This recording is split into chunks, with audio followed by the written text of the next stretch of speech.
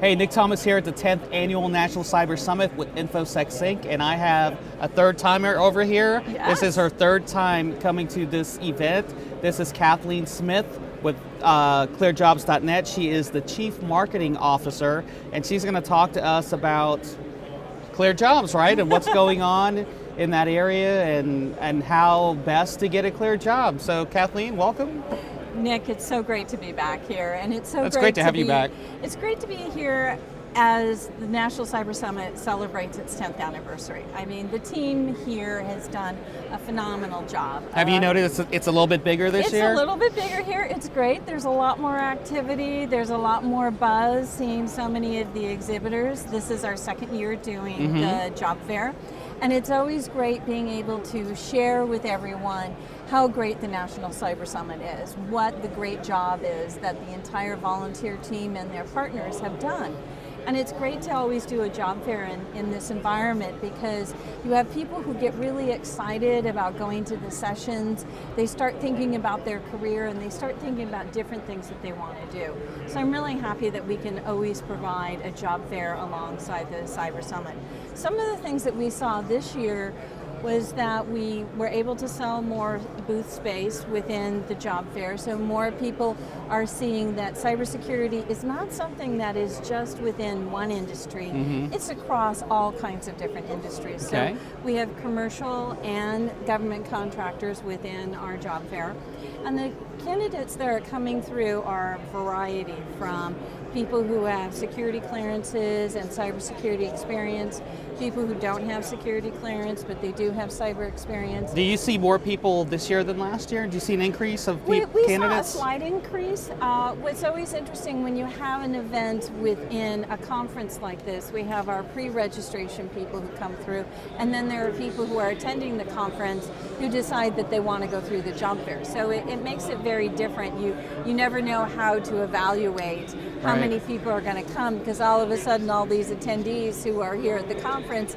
decide to go over to the job fair. So it's something that you have to think on your feet, like, are you going to have 200 people or are you going to have 400 people? Right. We've seen a lot of students this year, and that is sort of a growing trend because there are so many universities that are putting together really great programs. Some of the universities have hands-on programs where the students can get experience, but not many of them do. So that is one of the challenges that we're seeing, is that there are so many great programs out there, so many great partners here at the conference who have great programs.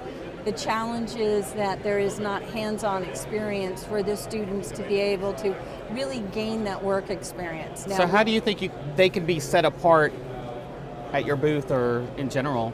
How can they set themselves apart from the person next to them? Even though they might have went through the same program, the resume looks exactly the same.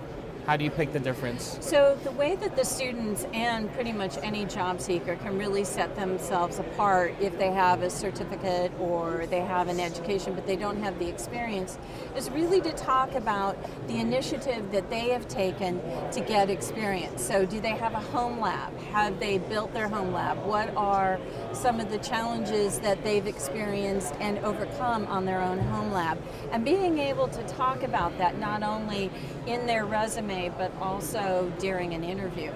There's also so many competitions out there. The meetups have competitions, various different schools. We have 4 or 5 competitions going on here currently at the Cyber Summit. And what I always advise candidates is whenever you're going to go into a competition, be sure you're looking at it as work experience, because here we're talking about a limited time, a big challenge, new people, and limited resources. And I don't know about you, Nick, but those are things that sound very similar to a work environment. Oh, absolutely. I want to know what you've done other than you've gone to school, you've prepped yourself. The home lab is a great thing. What differentiates your home lab different than someone else, or what happened in your home lab? What are you doing? What competitions have you been in? What did you see in those competitions? So one thing that I always say with people who are going into competitions is really look at, okay, what did you learn? What were your Absolutely. failures? What would you have done differently? Because those are questions that are always going to come through in an interview, be it a phone interview or a face-to-face interview with a hiring manager. And if you don't have the work experience, being able to pull that from a competition, being able to say, this is what I learned when I was in this competition. But also in a competition, you're also going to learn about your communication skills. Are you able to articulate the problem to those around you? Are you able to take a leadership position within a group of people that you just met? How do you allocate resources? But one thing that a lot of people do is they look at, well, how did I rank with the competition? And I would say at the end of a competition, take about 15 minutes and write out what happened. What you did and what happened, yeah. Yeah, what was the challenge? How did you communicate it? What were the hurdles that you had to overcome? It doesn't really matter if you won or not, it is what experience that you And how you learned played about. the game. What did you have to do to jump from box to box or to capture the next flag and so forth? And then I think that volunteering into the community is something else that I tell students that they really need to work on, is you need to look at those other skills that you have learned that are more your soft skills. Yes, it's really great that you've gotten an education and that you got this certificate, but are you putting yourself out there? Are you taking risks? Are you learning new technologies? Are you learning something new? A lot of us, even Are you attending the Cyber Summit, right? Yeah. Well, there's been so many great students who have come in here and have been volunteering, and I think that's great as well. But one thing that you do with volunteering is actually networking.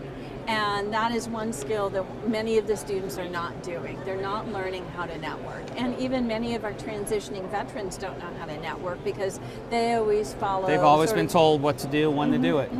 And networking is how we all get jobs. Even if it is a cybersecurity job, it is definitely something that you need to expand your network. And volunteering in the community, being helpful within a meetup or any of the CTFs that are going on, the people that you meet are going to be able to pass on information for you. And so I think those are some of the critical things that candidates can do to separate themselves. Set themselves apart from everything. Well, Kathleen, thanks for coming again. It was great to see you. It was great Hope to see you next year and hear what's new in the market. And thanks for staying in sync with InfoSec Sync. Thank you.